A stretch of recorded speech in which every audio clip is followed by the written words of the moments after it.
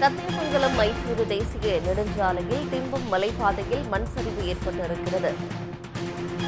விரிவான விவரங்களோடு செய்தியாளர் சரவணன் இணைக்கிறார். சரவணன், தகவல்கள் என்ன? ஈரோடு மாவட்டம் சத்தியமங்கலத்திலிருந்து மைசூர் செல்லுவதற்காக சத்தியமங்கலத்தை அடுத்துள்ள திம்பம் மலைப்பாதை வழியாகத்தான் செல்ல வேண்டும். 27 கொண்டை ஊசி வளைவுகள் இந்த திம்பம் மலைப்பாதையில் உள்ளன. கடந்த 2 நாட்களாக கனமழை பெய்து வருகின்றது. நேற்று இரவு முழுவதும் கொட்டி தீர்த்த கனமழையால் திம்பம் மலைப்பாதையில் 5 இடங்களில் மண் சரிவு ஏற்பட்டுள்ளது. அதாவது 7, 8, 20 மற்றும் 27 ஆகிய 5 கொண்டை ஊசி வளைவுகளில் மற்றும் பல்வேறு இடங்களில் மண் சரிவு ஏற்பட்டதால் போக்குவரத்து முற்றிலும் துண்டிக்கப்பட்டுள்ளது. இன்று தீபாவளி தினமான இன்று பல்வேறு கர்நாடக மாநிலத்திலிருந்து தமிழகம் வருவதற்கும் தமிழகத்திலிருந்து கர்நாடக மாநிலம் செல்வதற்கும் ஏராளமான வாகனங்கள் செல்ல முடியாமல் தவித்து வருகின்றனர்.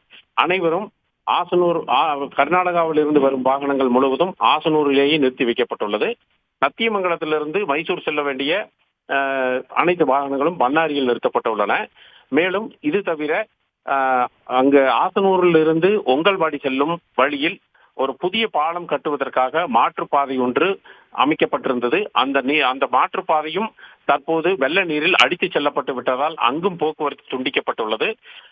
இந்த காட்சிகளைத்தான் நாம் தற்போது பார்த்து கொண்டிருக்கின்றோம். மேலும் சத்தியமங்கலத்திலிருந்து கடம்பூர் செல்லும் சாலையில் பாறைகள் சரிந்து விழுந்துள்ளது.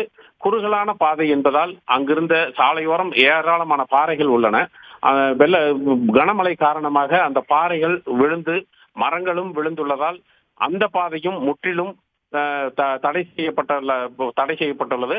இந்த மீட்பு பணிகள் இன்னும் ஆரம்பிக்கப்படவில்லை. தொடர்ந்து மிதமான மழை பெய்து கொண்டே இருப்பதால் வனத்துறையினர் மற்றும் நெடுஞ்சாலை துறையினருக்கு தகவல் அளித்துள்ளனர். ஆசனூர் போலீசார் மீட்பு பணியில் ஏதாவது அசம்பாவிதங்கள் ஏற்படாமல் இருக்க அந்த பகுதியில் பாதுகாப்பு பணியில் ஈடுபட்டுள்ளனர். இந்த பாதைகள் முழுவதும் சரியாவதற்கு இன்னும் ஒரு 4-5 மணி நேரங்கள் ஆகலாம் என்பது தெரிய வருகிறது. மேலதிக விவரங்களை வழங்கியமைக்கு நன்றி சரவணன். உடனுக்குடன் செய்திகளை தெரிந்து கொள்ள சன் நியூஸ் பெல் ஐகானை கிளிக் பண்ணுங்க.